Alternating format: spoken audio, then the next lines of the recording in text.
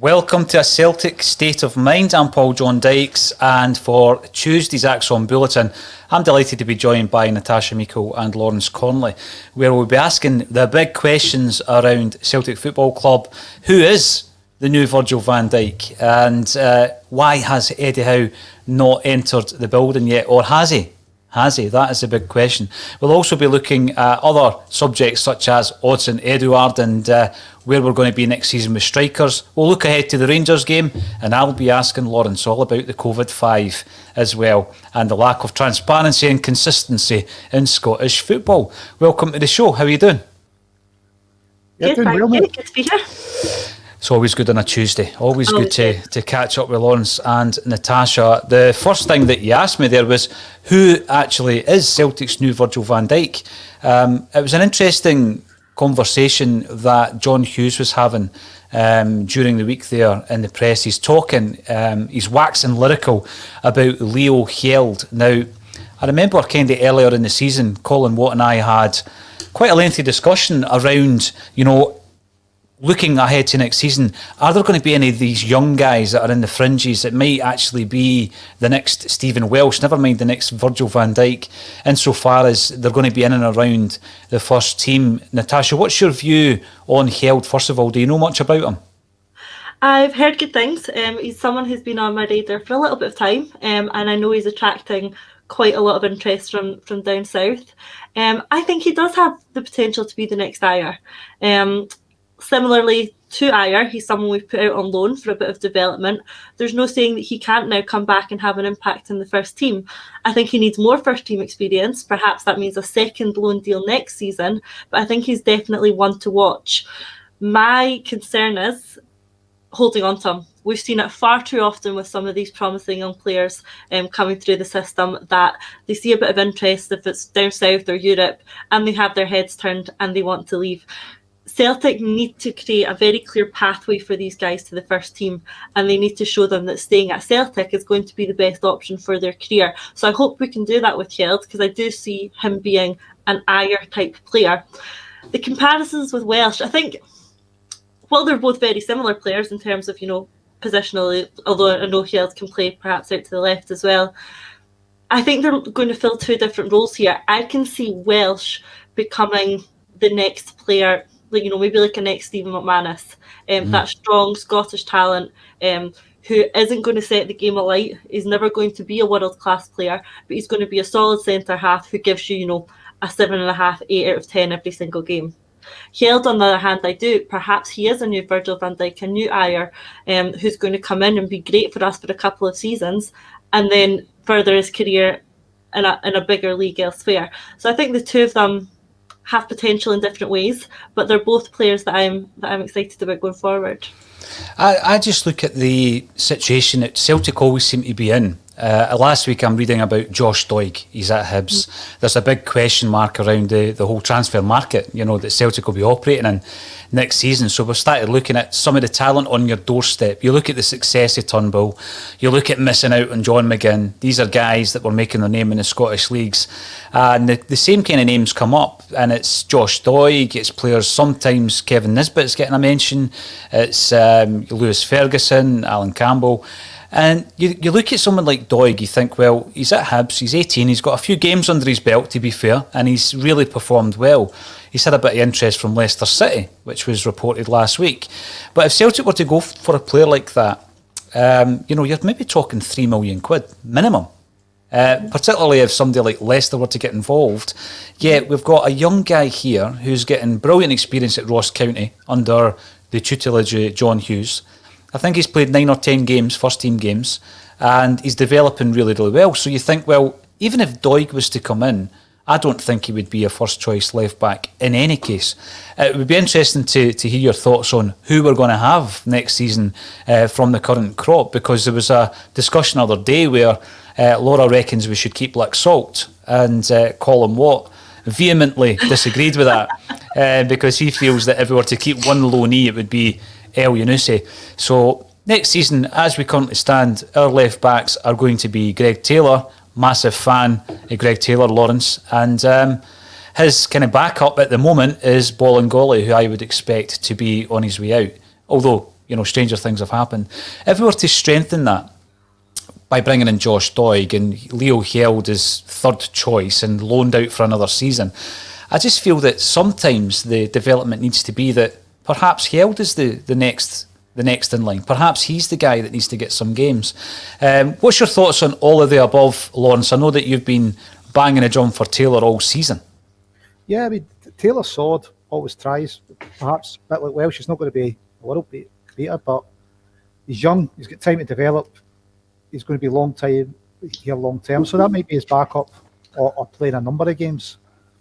Held, we've got to put the pathway in, and it could be really similar to Aya, but it depends what Held you're looking for. There's EPL clubs down there that saying they'll give you 10 games in the EPL, or Celtic saying give you another season at Ross County. There's money that goes along with that. There's Celtic money and there's EPL money. So it really, I suppose, if Aya gets a big move, Leo Held might move and go, well, there's an exact carbon copy of what I could do. Say, there was interest from AC Milan for Aya, so if Aya gets a big move to AC Milan, perhaps Held looks at that and goes, well, this works. And he could actually slot in as Aya's replacement if he continues at the level of performances that he's been doing. Left centre back, you could slot him in, you can cover at left back as well. So I suppose it's the variables, isn't it? Who else is going to come in for him? There's a lot of interest. And can our new manager, whoever it's going to be, our new coach, I'm sure we'll talk about that later on, Lawrence. Yeah. Look, can he convince them it's worthwhile staying here and there's a development plan? Exactly. It's a development plan. I think Aya's a great example. We've all seen how he's developed, and even to this day, there's a lot of Celtic fans who don't rate him as a defender, and every time I talk about him being a potential captain, a lot of people disagree with me in the comments section, and that's fine. That's absolutely fine. The interest for Held apparently has come in so far from Southampton and Leeds United. Before sending him out on loan, Celtic got him tied down to a longer term deal, which was extremely wise. You'll remember his father, Lawrence, played with Nottingham Forest, and John Olaf Held, he was, I think he played a couple of hundred games for Nottingham Forest back in the 90s, so you will remember the name. It comes from good stock. He may well play in the English League himself, but it's one of these things, again, every single time we get a promising defender, you have the next Virgil van Dijk tag, don't you? I guess back in the 70s it was the next Jimmy Johnston, but now it's the next Virgil van Dijk. I mean, it's a huge bit of pressure to put on any young player, especially when he's only 17. But those were the words of John Hughes. I guess the big question for me, Natasha, is why don't we show faith in kids like that? I think we were too late in showing faith in Stephen Welsh this season.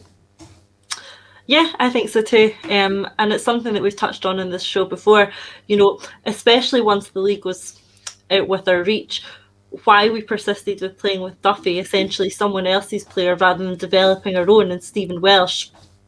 We said it plenty of times, no idea why we were doing that. Eventually, the club sort of caught up and realised the right decision was to give Welsh the experience rather than someone else's player in Shane Duffy. But I think as long as there's the right balance, I don't want to see us giving too many youth players free run at the first team. I think it's got to be the right balance. Let's give them appropriate time. Let's give them time when they're ready, and no one will know that better than their own coaches.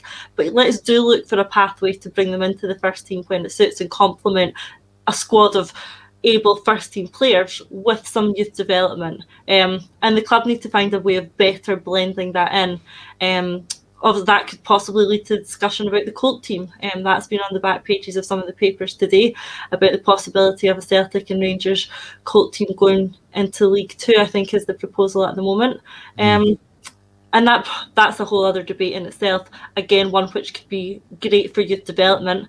I think from a Celtic or even a Rangers perspective, great for youth development and great for developing our own. From a wider Scottish League point of view, I can see some issues, but selfishly, from a Celtic point of view, I do see the benefit in that. So that's perhaps another option for youth development, while keeping a few of them around the first team to get opportunities there. Oh yeah, I think so. And something needs to happen. We've spoken about it a few times on the podcast. Something needs to happen around the youth development to give them the pathway, because there's no doubt we're developing players. They're going elsewhere and they're performing elsewhere as well. So there's no doubt about that. But on the subject of left backs, Lawrence, I don't think we've fully replaced Kieran Tierney. We have tried a few times. We've brought in Bolingoli, Taylor and Luxalt since Kieran Tierney has left the building. He may well be leaving Arsenal as well, and that could give Celtic a sell-on percentage as well of his transfer fee, so that would be interesting. But when you're looking at left-backs, it wasn't really an argument, but there was a debate between Laura and Colin around Diego Luxalt and whether or not we should keep a hold of him. Would you? I mean, it's obviously a player who's on big wages coming in from AC Milan. Do you think he may be used as a make-weight for any kind of deal? Milan apparently have shown an interest in Ayer and Odsonne Edouard. So he's definitely a player in there. Last World Cup, he was in the team of the tournament. The factors we've got to see is, what do we have at left back? If we've got Taylor, Bolingoli and Hjelda staying, we really need a fourth person to cover. How much money are we going to have to spend to rebuild the squad? How much would it cost to have him there? So I think he's a decent player, but do we need 4 left backs in the squad? No. I would say, yeah. No. So Bolingoli looks like we'll sell him, so that'll take it down to 3. If Hjelda stays and we're going to play him, well, it's often less riskier to develop him at left back and then eventually move him into centre back under a bit less pressure at left back. So if Hjelda's going to stay and we're going to keep him rather than loan him out again, I would suggest that it's going to give you Taylor and Hjelda for that position. And I don't think we need the third one on big wages. I don't know how much we're going to throw at the rebuild, but I'd imagine we're not going to get him for any less than 4 or 5 million, are we? I wouldn't have thought so. On the subject of left backs then, and with one eye on Sunday's game, seeing how it's been moved, who do you pitch in? Were you impressed enough with Taylor that he keeps his jersey, Lawrence? Well, apparently the SFA have kind of realised they're so harsh on Bolingoli, they're going to let us re-sign him for the game, mate. They seem to be happy to do that with full-backs that have got peaches, just let them play in Old Firm games. The last point on today's agenda is actually that very point, Lawrence, so I was going to throw that one out to you because I know it's a subject close to your heart. Natasha, who plays left back? I thought Taylor done really, really well against Livingston. Yeah, for me, Taylor. To be honest, I think we start with the full lineup from Livingston. I would keep it exactly the same. Obviously, as long as there's no serious injury to James Forrest and he makes it, which I think is so important, then I would go with exactly the same lineup. It just seemed to click at the weekend, and there's no reason to sort of change that winning formula. And it's been coming, and Kennedy's right in that. And what he said about the last couple of weeks is it has been coming. You just look at that. You look at the Falkirk game where I think we had hundreds of shots on goal, and we should have scored more. It came together at the Livingston game, and to be honest, we could have scored more there as well if it hadn't been for a reasonable performance by their keeper. So it did come together. That squad really seemed to click, and it just worked. So for me, I'm not changing that for the weekend. I'm keeping the team exactly as it is, and that includes Taylor in at left back. Forrest obviously is the big one we'll have to look out for. I think we've seen, especially, just at the weekend there, how important he is and how much we've missed him. So let's hope we're not missing him for the weekend. And keep the team exactly the same. I was going to ask what your kind of thoughts on that were. You're right in what you were saying. The 4 games leading up to the Livy game, Natasha, 97 shots at goal is what we were looking at. And at that point, we had only scored, 1 goal against Aberdeen, 1 against Rangers, and 3 against Falkirk. So 5 goals with 97 shots. And then obviously we come up against Livingston, we score 6 in the one game. And I do think it was coming, but you said something just clicked. What do you think it is? I mean, are we looking back at this season thinking, surely not, if we had made that change in October, that the players would have reacted? I mean, it really just, for me, it points towards they really have been down in tools for the gaffer. And now the gaffer's gone and they've started getting the rhythm. I mean, do you think that's the case? I'm worried that all the signs point to, if we'd made this call, even if the call was leaving Kennedy in charge, if we had done this in November, December, what could have been? I think, even if it was Kennedy and no one else coming in, if it was just removing Lennon and just having Kennedy, just something different that's clearly working now. Because it maybe took Kennedy a couple of games to get them to the level that we're seeing at the moment. But we've been playing well, and like I said, it has clicked. It is coming together. I'm not advocating for John Kennedy to get the job, but what I am saying is that if we had let Kennedy do the job from November, December, January, a lot earlier than we have, it might have been different, because this team, for whatever reason, and I can't put my finger on it, the players themselves will know that, the coaching staff will know that, for whatever reason, this team are playing better under Kennedy than they were under Lennon. Now, I'm glad you gave us that caveat, Natasha, because people in the comment section would be furiously typing that Natasha's saying John Kennedy should get the job. Yesterday it was that Kevin Graham was saying Jack Ross should get the job. To be fair, I think in the past I've gone on record and said quite a few times I think Jack Ross does a fantastic job. I think what he's done at Hibs this season has been really overshadowed by Rangers going for the 1, Celtic going for the 10. And what they've achieved this season has been really, really decent. I mean, they've never finished in the top 3 since 2005, Hibs.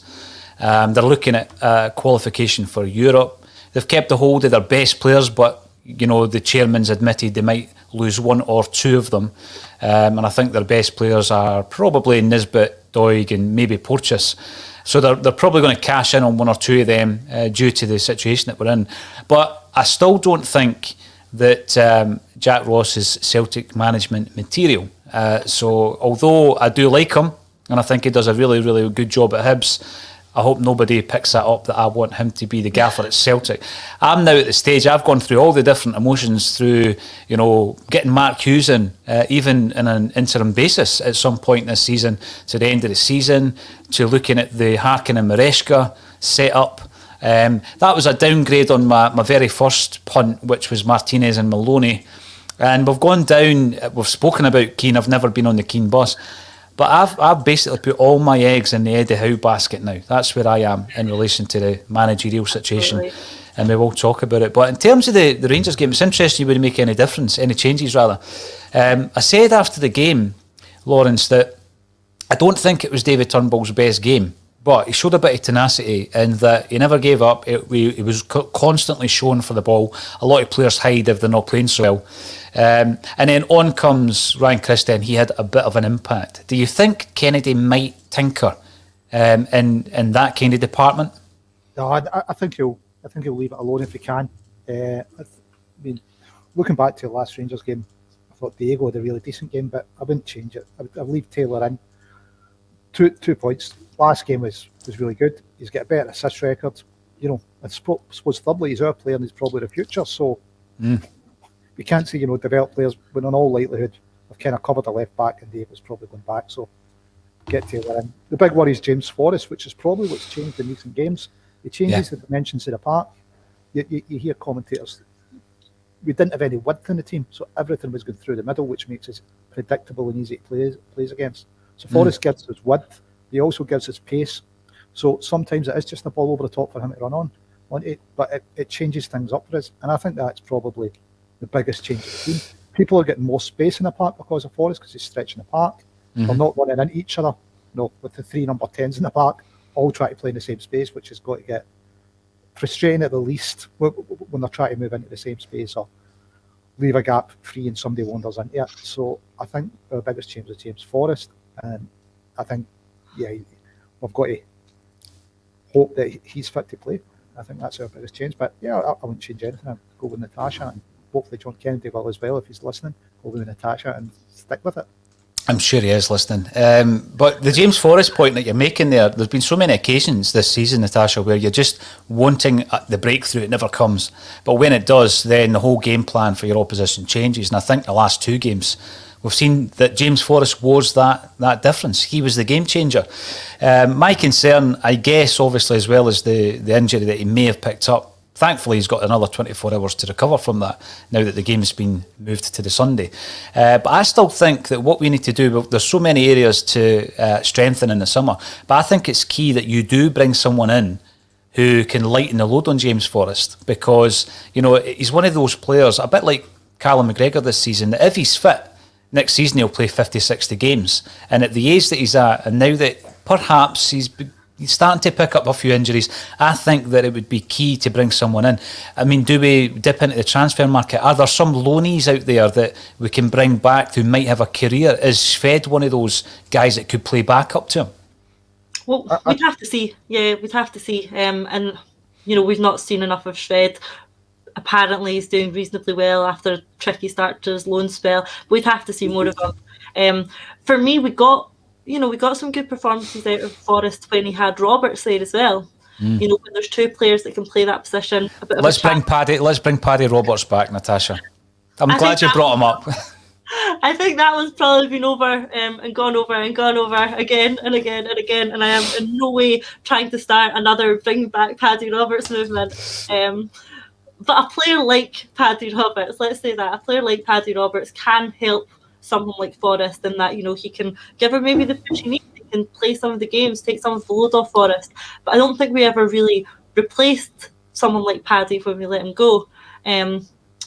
So yeah, a player like that could come in, could perhaps be helpful for Forrest. But I think we probably need to address the position on the left side first. You know, if we've got Forrest who can do that job on the right, who have we really got left who's going to be able to do it on the left? I agree with Colin. I really want to keep El Younousi. I think he's the one for that job, and I do hope we keep hold of him. But if not him, then who? You know, Mikey Johnston, perhaps. I'd like to see more from him, and I think he has got the potential to be, you know, a really important first team player going forward. Yeah, I think it's important we keep El Younousi. I think so, and I mean the reported fee $5 million.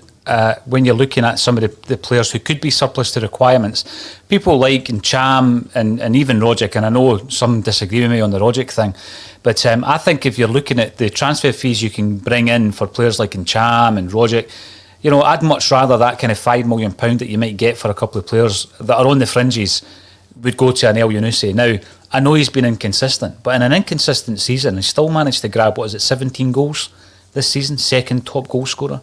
And when he's on form, he really is pivotal to our attacking moves. He seems to do pretty well against Rangers as well, which obviously is pivotal going into this weekend's fixtures. So I agree, £5 million, I'd go for it. What's your thoughts on that, Lawrence? Yeah, I'd definitely keep him. I mean, touching on width and who we're going to bring in, I think it was identified at the transfer window at the beginning of the season. Lenny had asked for two wingers and the recruitment department didn't deliver them, even if it was two on loan. Not only did we not deliver them beginning of the season, we didn't deliver them in the mid-season transfer window. So it's kind of, hopefully the new manager gets a bit of a freer hand in transfers, as I think it was Jai C's comments today would say that previously Peters had the final say, which I think everyone's, or certainly during his time with Ronnie Dyler, Peter had the final say, which is something I think we've all long suspected, which really can't be right, having an accountant making a final decision in who joins your football squad and who's getting into the first team. It's just wrong, mate. Yeah, I mean, I was going to get onto the comments. I found them really interesting that John Collins made, so we will talk about that. I mean, before we move on from the Rangers game, Natasha, how much of a confidence boost has the weekend's scoreline given you? Are we going into this game with a wee bit more confidence? Because, I mean, I think in the last two games against Rangers, I would suggest, you know, that we were a better team. Certainly in the last game, I think in the game in January, for 60 minutes, it looked as though Celtic were going to get a win. We know what happened. Do you think going into the game this weekend that we should be buoyed by the 6-0 win? I see a lot of people writing it off. What did Livingston have to play for? Well, they've got plenty to play for, because there's a situation where if they finish fifth in the league, they can also qualify for Europe. So they were playing for the points as well, as Martindale said to Colin Watt last week in the press conference. Are you confident? Yeah. Absolutely. On the back of, you know, the last couple of weeks' performances, and on the back of, you know, the result against Livingston, I am more confident. Yes, maybe Livingston aren't, you know, the best team in the league at the moment.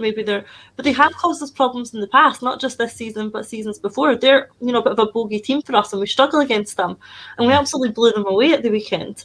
So the signs that it is beginning to come together do give me confidence going into the Derby Cup game. And I agree with you, and I agree with what John Kennedy said as well, is that I think that we have been the better team in the last 2 games, and for some reason or other it's just not come off. I mean, we know what happened in the first one where we ended up getting beat. That we were so unfortunate there. Again, the game back earlier at the start of this year, I thought we were unlucky again. That's been kind of the story of our season, hasn't it? It's just not coming off. We're getting unlucky and things are bouncing for them and they're going right. Maybe, on the back of a few results that are starting to click, starting to go our way, maybe it's time that it does come together and we do get the result. And I do feel more confident of that than I have previously going into derby games. And I do have a bit more faith seeing Kennedy in the dugout and seeing his selections over the last few weeks, his tactics, his substitutions are giving me a bit more confidence. So yeah, I think if we take our chances and play like we have been over the last couple of weeks, then I think we're in with a shot of getting a result, and I definitely feel more confident than I previously have done. And it'd be good for Kennedy as well, wouldn't it? It'd be nice to see him salvage something from an otherwise miserable season, and it'll do his stock the world of good if he manages to pull this off. Absolutely will. And, if that happens and the momentum continues throughout the rest of this season, Lawrence, we could be in a situation where we're looking at an interim manager going for the Scottish Cup. Now, if that was to happen, does that change anything for you in terms of the permanent management appointment? I think we'd know whether or not how it was done by then. So, yeah, it depends. Surely we've got to try a line under the Howe thing in the next couple of weeks. So if we get to the point Kennedy wins it, it depends what kind of football we're playing. If we win every game 6-0 between now and the end of the season, I would suggest we'd be kind of crazy not to consider him. But he would need to do something outstanding to be for me to be in consideration. Natasha is shaking her head. Lawrence, all the comments are going to be that we're touting Kennedy for this job now. What I'm saying is he's just delivered a 6-0 win.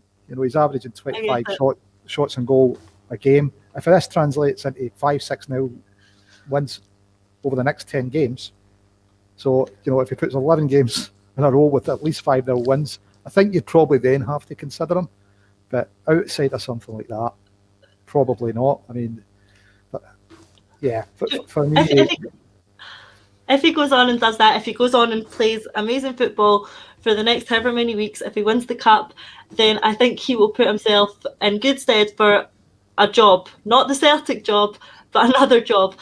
It'll help him for his future managerial career away from Celtic Park. I think there's a role for him here. I don't think it's the manager's role, but maybe he's going to go on and have a great few weeks and use it as a platform to get a manager's job somewhere, not here, for the record, not here. See the big thing. Sorry, on you go, Lawrence. You would hope our hunt for a manager or head coach has been long decided by the time the Scottish Cup comes out. I don't even think that should, if we're doing things properly, it should be into consideration, because we'd then be looking back and going, right, is Kennedy in contention? Well, surely we've made our decision by then. So, yeah, for me, he's doing a good job. The team's improved. We've got Forrest back.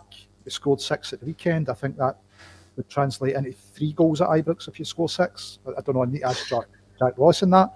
But, yeah, I'd say, he's certainly not done anything too badly since he's taken over, has he? But in all seriousness, I think we should know by the end of April, midday, who our manager is, isn't it? I would expect that Celtic already know. That's what my expectation would be, but I know that Jim Orr always goes on about his expectation and the expectations that we should have. I would expect Celtic to know who the manager is, and it may well be a matter of time and timing as to when this is announced. Now, again, in the perfect world, we beat Rangers at the weekend. The new man comes in, Dominic Mackay comes in on a Monday, and it all happens next week. I mean, that seems like the perfect situation.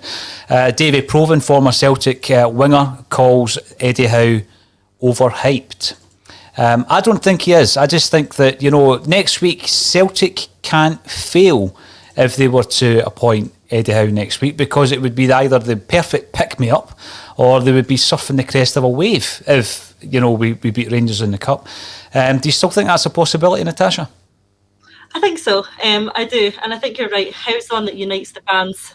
Everybody's looking for him to come in. And it would be just so logical of the board to do something that unites the fans when that's what they need most. And I think everyone's getting a bit frustrated with the constant speculation, and we just want something concrete. And the longer it goes on, there's a sense of worry about the fans, and that builds and builds. But I think you've got to take a step back. There's something that used to be mentioned before, is that there's two people or two groups that aren't saying anything, and that's Howe and that's Celtic. And that's a good thing. We've given an unnamed representative on Twitter a lot of credibility when he's saying, there's nothing that advanced. But, negotiations take time. It's just the way it is, and it's taken time before.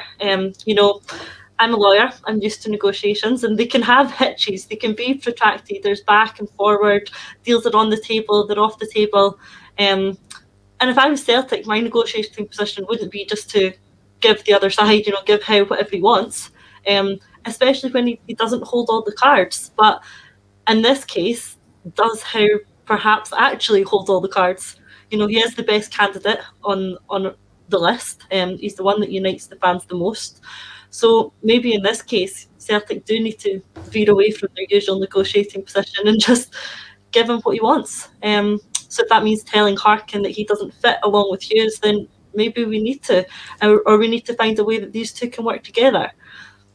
But again, Celtic are bigger than any one individual. So if Howe isn't interested, if he wants too much, then we maybe just need to cut our losses, stop wasting time, and move on to the next candidate. But for me, I'm confident that it's just standard negotiating, standard back and forward. It takes time, and we'll get an announcement in due course. You mentioned Harkin again, and I think that's going to be the next subject on the agenda today. The agenda, as if it's a meeting or something like that. But let's have a look at some of the comments. Rich Harrison, you're commenting on YouTube. For anybody out there who's watching on the YouTube channel, make sure to subscribe, because we are providing daily content, and it's all free of charge. It would be odd for an outgoing CEO to appoint a new manager before his successor is even in the door. But this is Celtic. Our CEO was also a de facto director of football. I don't expect news for a few weeks yet. So Rich isn't expecting an announcement next week. Mazhar Yousaf, a manager, won't be appointed until Dominic Mackay starts next week. His first appointment needs to be a blockbuster one. Eddie Howe will single-handedly bring in the season ticket money. Get it done, Celtic. I don't disagree with any of that, I've got to say. David Bradley reckons that God knows what's happening, but I'm not even sure he does. And the next one, OB boy, the more it goes on, the more I think the new manager is already managing the team. OB, come on. We've been here before. We've been here before. We can't go down that road. And Kaplan Mark, who regularly comments on the ACSOM Bulletin, can only think Mackay coming in on Monday is possibly the beginning of some movement. He needs to be associated with any announcements regarding the coach. Yeah, and perfect scenario. Exactly. He takes over on Monday. Celtic are into the next round of the Cup against either St Johnstone or Clyde, I think it is. I'm not looking that far ahead. And then we make the big announcement. That would be the perfect week next week if that was to be the case. Now, we've mentioned Virgil Harkin today. There seems to be, and again, it might just be people putting everything together and coming out with this, that Virgil Harkin's the club's man, and Eddie Howe wants Richard Hughes. Virgil Harkin's never been a director of football. I mean, obviously, there are some similarities between the roles, or there's maybe a crossover between some of the roles. You ask yourself, is it a deal breaker? Now, John Collins, as Lawrence said, was chatting about the situation that Celtic had, or the arrangement that they had with Virgil Harkin when Collins was number 2 under Ronnie Dyler. And he said that he had a good relationship, this is Virgil Harkin, with Peter Lawwell, the outgoing CEO. And that relationship actually bore quite a bit of fruit. So Celtic got players such as Jason Denayer, John Guidetti, Patrick Roberts and Dedrick Boyata. I wonder if any of the other Man City boys, such as Jeremy Frimpong, Olivier Encham, etc., were, I guess, part of that relationship as well, Natasha. So it looks as though it's worked in the past for Celtic. Virgil Harkin obviously has had the pick of the crop at Man City. He's put them our way. He seems to be the man Celtic want in that position.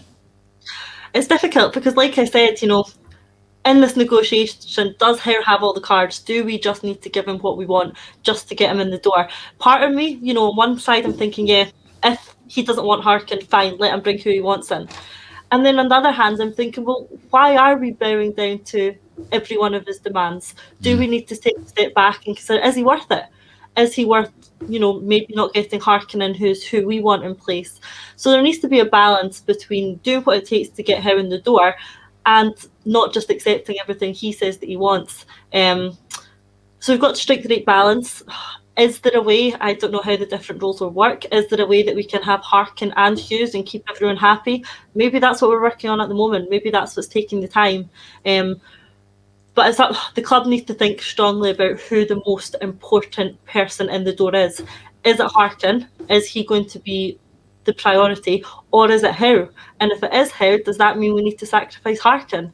So maybe that's what's taking the time. Maybe that's the negotiation that's going on. Not privy to these discussions, of course, but I personally think that could be the hold up, and it'll be interesting to see the outcome of.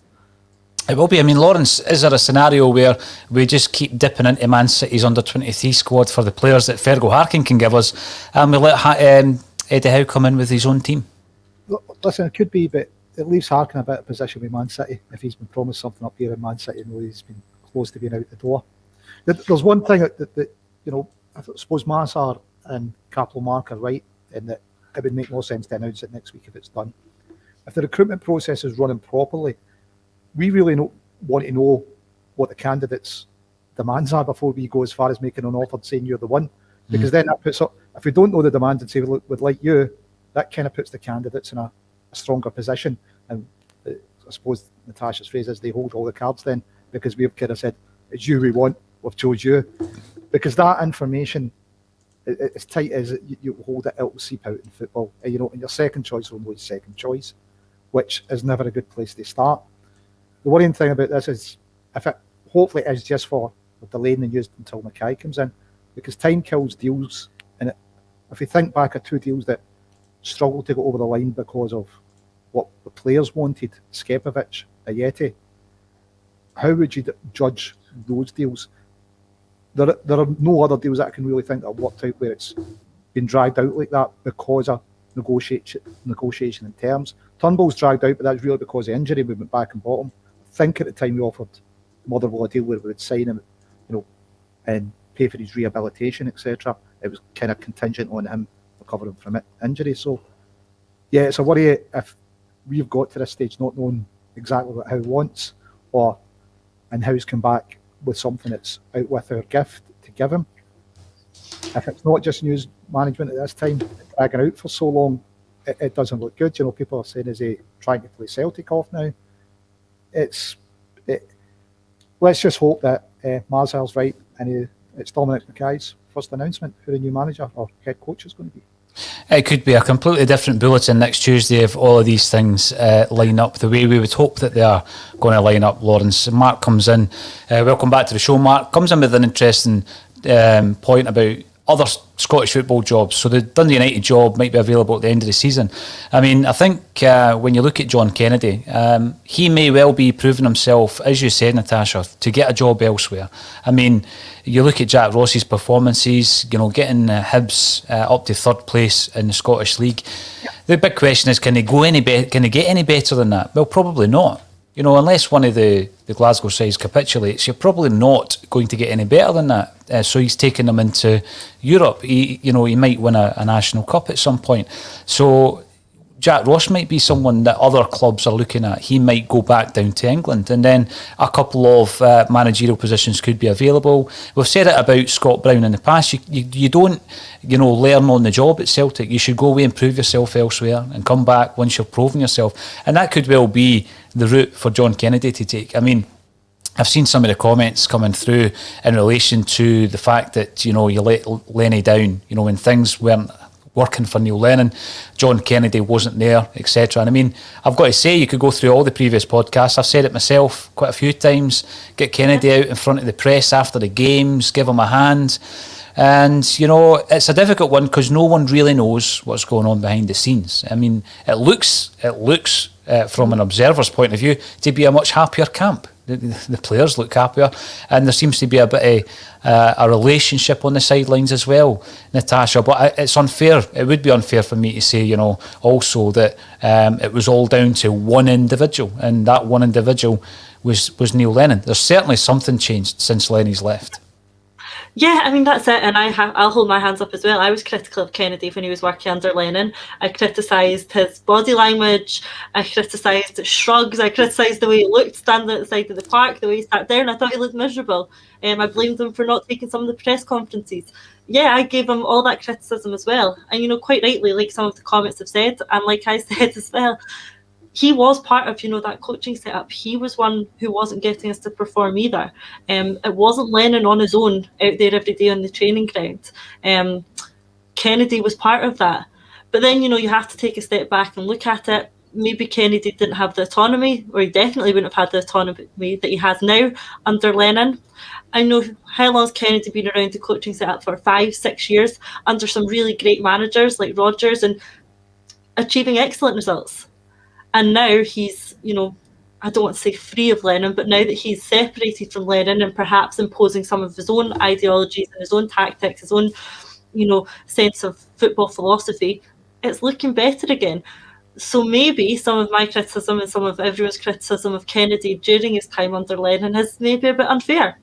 For 5 out of the 6 seasons that he's been around the first team setup, he's been excellent. One bad year under Lennon as manager and a difficult season, it hasn't went very well, and he was part of that. But yeah, credit where it's due now. I think he's got us firing again. He's got it clicked, and like you say, it looks happier. The coaching team look happier. McManus and Strachan look happier on the touchline. The players look happier on the pitch, and the performances are an end product of that. So yeah, for whatever reason, like we said earlier in the show, I can't put my finger on exactly what it was, but for whatever reason, this team are performing better for Kennedy. They certainly are, and hopefully that continues for the rest of the season, Natasha. We might get some silverware at the end of a bit of a drastic season. Wee Jimmy on YouTube, welcome to the show, Wee Jimmy. Zip it, Davy Provan. What is it with ex-Celts on Sky and their negativity? Davy Provan obviously came out and said that Eddie Howe is overhyped. Moravchik comes in to remind us that Pep Guardiola suggests differently from Davy Provan. I think what you've got to do is you've got to ask yourself, well, what does Davy Provan really know about Eddie Howe? Has he ever worked with him? Well, the answer's no.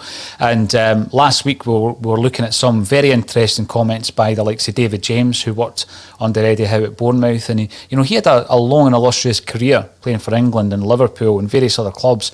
And he says that Eddie Howe was in his top 2 managers. It was him and Harry Redknapp. That's how highly he regarded him, even though Howe sacked him. He says, he got rid of me as a player, but he still regarded him really, really highly. So you've got to look at the comments that are being made by people who have worked with Eddie Howe. Before. David Provan, he's got a job to do, yet he sticks the boot into Celtic far more regularly than I would like. And that's a cheap dig for me. That's a cheap dig, Lawrence. And that's a player, I think, David Provan, who I loved as a player at Celtic. I really did. And obviously, his career ended early through illness. But I just think he's one of these guys, and I've met him one time for an interview and he seemed great, but he just seems to stick the boot in far too often when it comes to Celtic. Yeah, I think we never say that any of the media are positive towards Celtic, so sometimes they may get asked a question that's slanted a certain way. Is he overhyped? Province entitled to his opinion compared to who? So it's a kind of comparative. Eddie was overhyped compared to the hype on what other managers. I don't know. If it's his genuine opinion, you can't blame the guy for it. Just giving a genuine opinion. If he's setting out to be deliberately negative, that's different. And I think that's the feeling that we get from a lot of the Celtic pundits in the media, or a lot of pundits as well in the media, that they will deliberately be negative in the media and blow things up out of proportion, whether it's the response to Celtic's dealing with COVID compared to other teams, or the response to policing dealing with Celtic fans as opposed to dealing with other fans. I think we see there's a disproportionate reaction, or definitely a different reaction. Partly it's proportionate, but different. Natasha, there's always a wee grin developing on Lawrence's face when he goes down the roads talking about the SFA and the authorities. He loves it, doesn't he? He loves it. Lawrence, Lawrence, I do, so on you go. It's on the agenda, Lawrence. We are definitely going to get to it. But yeah, a nice wee prelude to it. I wanted to bring up the actual subject of, the rebuild and some of the players that we will probably see the back of at the end of the season. Now, Odsonne Edouard being one of them, we talk about, players down in tools. It's hard. I remember talking to a footballer who said it was like, stopping on a really steep hill in your car and then trying to get the bite before you take off. It's difficult to down tools and then get started again. And particularly if there's a lack of fitness in some respects within the squad. And I think what we're now seeing is it clicking, as Natasha said, because, it's been 4 or 5 games now that we've been under the stewardship of, albeit a manager who was there before in a different capacity, a new manager, albeit on an interim basis. But one player that I was disappointed with, I've got to say, I know he was involved in a goal or two, was Odsonne Edouard. And I think he's been fairly disappointing all season because of the standards that we know he's capable of. But we heard recently that the club had turned down an offer, a bid from Inter Milan at the beginning of the season. So he was one of the players that we could have sold on. We decided to keep him. Did it work out? Well, I think it probably didn't work out, did it? Keeping players who didn't want to be at Celtic. But we're now looking at AC Milan, Arsenal and Leicester are in for Odsonne Edouard. I personally am now resigned to the fact we're going to lose him. But what it does for me is it begs the question, where are we going to be striker-wise next season? So it leaves us with Griffiths, Bayo, Klimala and Ajeti, the aforementioned Ajeti. I'm also thinking Griffiths is probably on his way out by the looks of it. He could go for free in the summer. Bayo's playing second division football in France at the moment. I don't think there's a future for him. And Klimala, it's been said, is going to go to New York on loan for at least a year. So all that leaves is Ajeti. So again, it's a position, Natasha, that we need to strengthen. But is it also an opportunity for Ajeti to actually come to the fore and show us why we paid £5 million for him? Yeah, I think you're right. I think next season, looking ahead, I think, Klimala will be off. There's talk about New York. I think Griffiths will be off. I think he'll end up at Aberdeen. I don't think Bayo will make the cut. And I think Edouard will go to somewhere else, England, abroad, wherever that is. So that does leave Ajeti. For me, Ajeti's disappointed me. And I get that he's in a bit of a difficult position here because we're not starting him, really, not often enough. We're starting Edouard and Ajeti's coming on, 30 minutes, 20 minutes, whatever it might be. And he's coming on at a time that usually, the game's maybe gone or that we've just made a lot of subs and the flow of the game's sort of gone. So he's not getting a chance really to show what he's capable of, and I get why he must be frustrated. Look, when we brought him on against Livingston, plenty of goals had already been scored. I'm sure he was desperate to come in and get on that score sheet as well. He didn't manage. But again, we probably, on the other hand, we weren't creating as much chances as we had been earlier in the game. Had he been on earlier in the game, had he been playing in place of Edouard, maybe he would have got those goals. I get why he must be frustrated. But for me, I'm slightly concerned that, on the chances that he is getting, he isn't showing that he's got the ability to lead the line next season. I think he needs to start getting some 90 minutes or, at least 70, 80 minutes under his belt. He needs to start starting games and then we'll really be able to assess him properly. With the cup game, with the derby game, yes, start Edouard because, we're still really going for that. We still have something to play for there. In the league games, I would like to see Ajeti come on from the start and get a real chance, in the crux of the game to show us what he's capable of, because I'm still on the fence with him a bit. It's one of the ones we were talking about at the beginning of the season, Lawrence. Started off really, really well. We had a brilliant goals to minutes ratio and nothing. Absolutely nothing. I mean, and as you're saying, Natasha, when he comes on, it's often either to try and win a game for us, which is quite unfair if we're playing really, really poorly, or it's in the dying embers of a game that's already kind of won and he runs about, but he doesn't seem to get much in the way of possession even, never mind chances. But, I mean, the same could be said there against Livingston of Lee Griffiths. I can't remember anything that he contributed really to that game. And that follows his first start since January against Falkirk, where, in terms of the kind of standards that Lee Griffiths has set, he had 2 gilt-edged chances 12 yards out, Lawrence. And there's only so often you can say, it's down to a lack of sharpness. I know it's different. Match sharpness is different from training every day. But, the ball came in 12 yards out and he missed kicked on 2 occasions. It seems as though he's probably lacking a wee bit in confidence, as is Ayeti.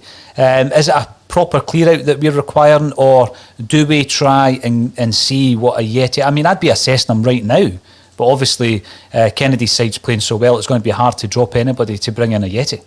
I think if Howe's the new man, he'll watch the videos and everyone in the squad, and there'll be some level of assessment already been done.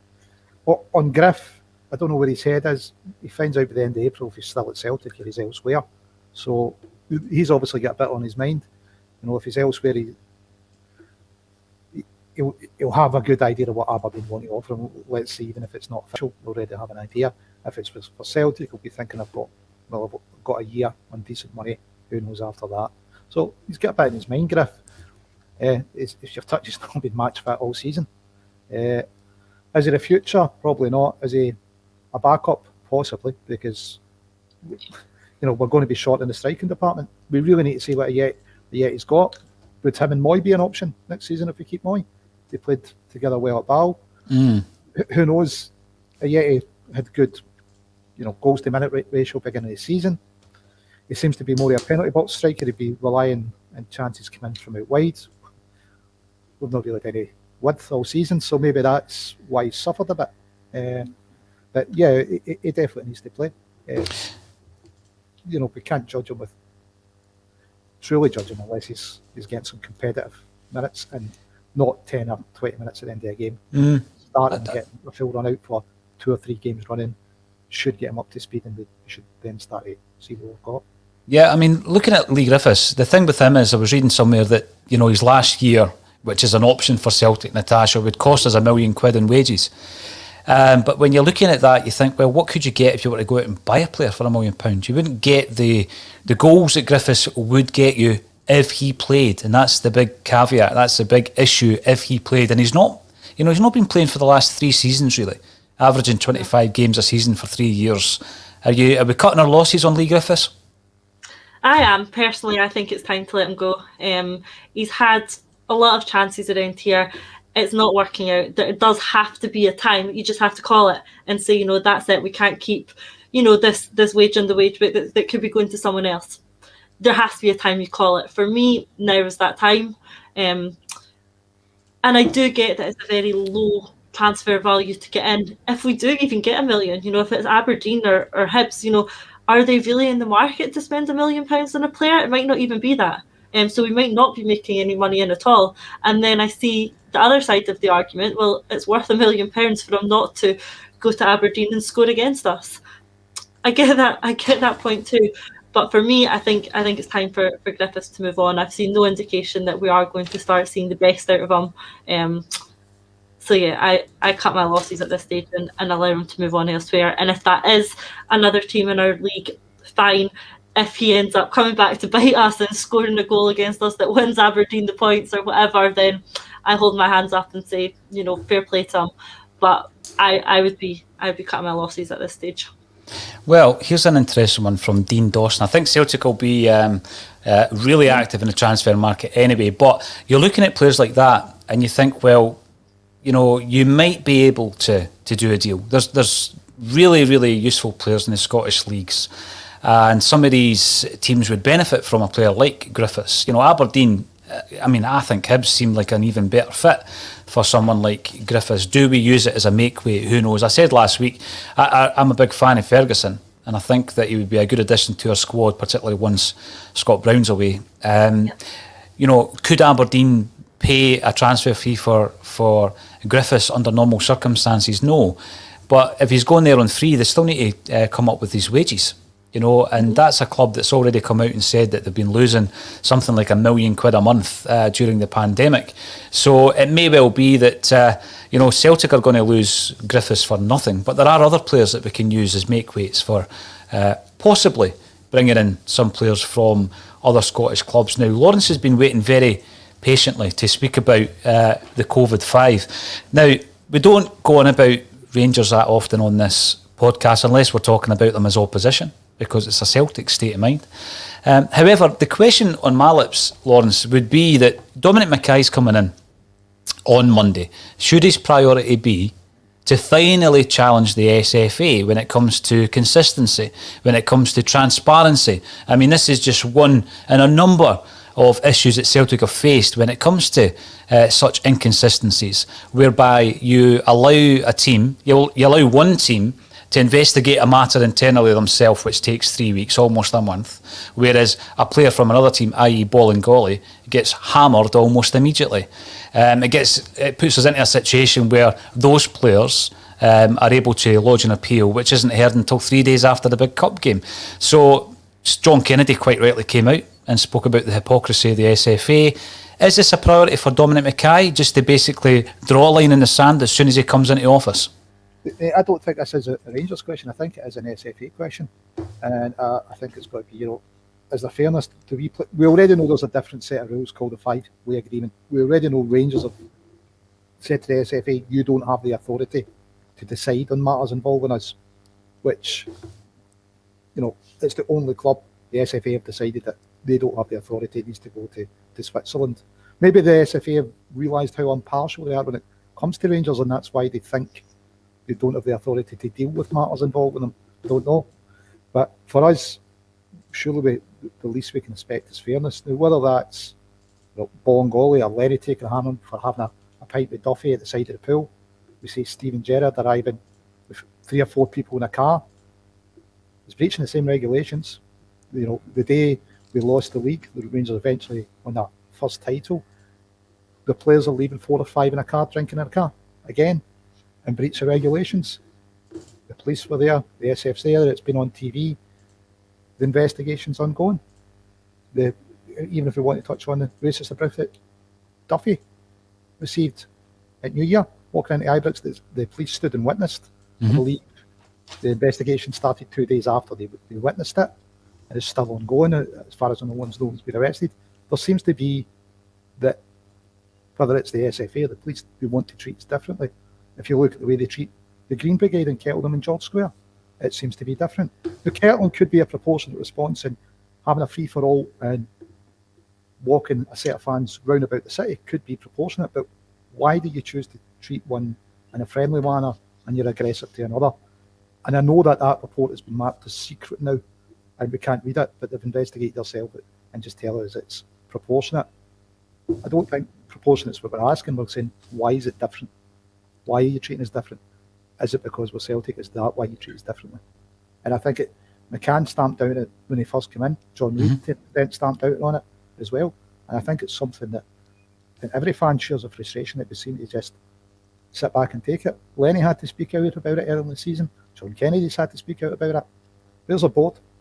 Why are the guys that are paid to manage the football team having to challenge the rules? Where is our board? Where's the guy that's running the club? Why is he not speaking out? Do you think, Natasha, that this is on the priority list? Kevin Graham gave us an indication of Dominic Mackay's first week in the job yesterday, which was quite amusing. Do you think that he's got far more priorities than finding out where the biscuit stash is? I'd hope so. And all he's got to really ask for is consistency. That's all we're asking for here. That's what Lawrence is saying. That's what we're saying. We're not telling the SFA what the rules should be. We're not telling them what the punishments should be, what the process should be, what the investigation process should be. That's for them to decide. As long as they apply it consistently, fine. If there's the same rules for a breach, whatever they may be, we'll accept them as long as they're applied consistently. And if they're not applied consistently, or if there are differences, then have transparency and tell us what those reasons are. Tell us why one case was dealt with in a matter of hours and one was dealt with in a matter of months. If there is a reason behind that, absolutely fine, I'll accept that. Just tell us it. Transparency, consistency, the word we use all the time. I'd love to see it. We're not seeing very much of it, but maybe if we start calling it out, or maybe if someone like Mackay starts calling it out, we might see it more often. Absolutely, and I'll get a lot of fans on board if it was to come in with these views and be very, very bold. Early doors, Lawrence, like you said, some previous people within that position at Celtic Park have made absolutely no friends within Scottish football, i.e. Fergus McCann, for speaking the truth.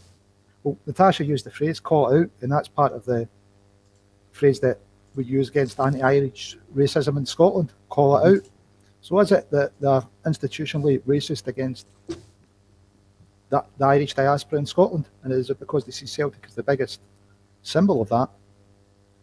Is that what we are with SFA? That they can't make a fair decision when it involves Celtic?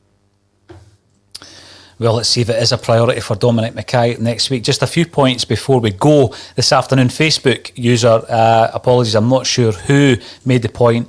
Griffiths for Doig. Now, this is an interesting point. Moravchik also follows up on it. Let him go home to Hibs and take Doig.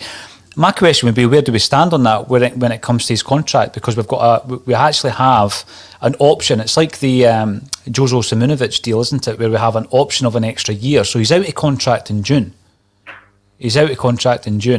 How can you then use Griffiths as a bargaining tool for another player? I don't know if that would be possible. I think you have to take up the option. You'd have to take up the option so that he's on your books for another year, if you like, so he's still our asset. So take up the option to keep him for another year, extend the contract, and then use him as a transfer for Doig, Nisbet, whoever it's going to be. Personally, like the idea, whether it is Doig or it is Nisbet, either of them, for me, would be a good swap for Griffiths. I'm not saying that Nisbet can come in and be our number one striker. I don't think he's going to replace Edward as such, but I do see him having the ability to perhaps replace Ayeti, Klamala, Griffiths with another striker brought in directly as an Edward replacement. For me, I can see that working. It's a deal that I think could work for all parties. One final point before we go. Love it. Yeah, I agree. Lee Griffiths is far better than a £1 million striker. But the point we were making is it's going to be difficult for him to find a club elsewhere. If Celtic look at that situation and say, right, he's only played 25 games a season for the last 3 seasons, therefore we're not going to pay out £1 million in wages for 25 games because that is the norm over the last 3 seasons. So yeah, you wouldn't get someone of the quality of Lee Griffiths for £1 million, but they're going to have to weigh up, Natasha, is it worth paying that amount out in wages for 25 games? And I think that the simple answer is no, it isn't. So you just have to look at what else you could do with that £1 million. Yes, in some, I get the point that Celtic can afford that. It's only £1 million to Celtic. Yeah, but that doesn't mean the pot's limitless. If I'm looking at this just as a fan, then yeah, why not keep him as our fourth or fifth striker? But if you're looking at it from a club perspective, a PLC perspective, if you like, the pot isn't limitless. So that 1 million could be used to, I don't know, directly fund Nisbet's wages or be put together with another 5 or 6 million to fund an Edward replacement. So, even though it is only 1 million, if you like, and I say that loosely as if 1 million is nothing, but, to a club of Celtic, if it is only this 1 million, there are still other uses for that. So I get the point that it's not the largest sum of money, but a 25 game a season return for this million isn't enough for me. Absolutely not. Welcome back, Lawrence, just as we're finishing up. It's been once again fantastic to join Lawrence and Natasha for the ACSOM Bulletin. Thanks to everyone who gets involved in the comment section, whether you agree or disagree with us, but comments like that from Gordon, I think you're on the wrong podcast, Gordon. But thank you for joining us. I don't know how they have the time, Natasha. Thanks for joining us on Twitter, Facebook and on YouTube. And as I said before, if you are watching on YouTube and you haven't done so, subscribe on there. There's loads of content coming your way in the coming months. We're averaging 3 broadcasts a day across the channel. All that's left for me to say until next week, thank you, Lawrence Conley and Natasha Meikle, for joining